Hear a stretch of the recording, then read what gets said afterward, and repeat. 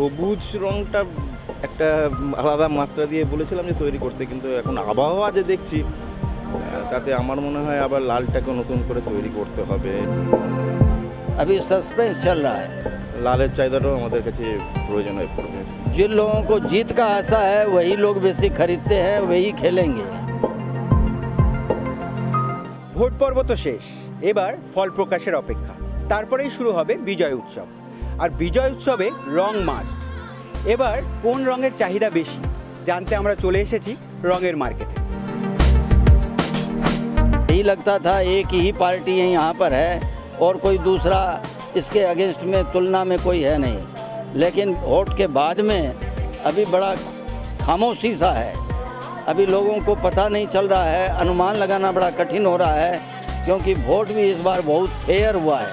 जिन लोगों को जीत का आशा है वही लोग बेसी खरीदते हैं, वही खेलेंगे। এর আগে পর্যন্ত মনে হচ্ছিল যে সবুজ আবিরটার আমার চাহিদা বেশি থাকবে, কিন্তু আফটার ভোট এখন যে আবহাওয়া দেখছি তাতে মনে হচ্ছে যে লালের চাহিদাটাও আমাদের কাছে প্রয়োজন হয়ে পড়বে।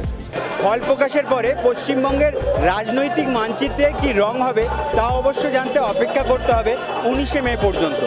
কিন্তু তার আগে রঙের মার্কেটে সবুজেরই পাল্লা ভারী, এমনটাই বক্তব্য রং ব্যবসায়ীদের।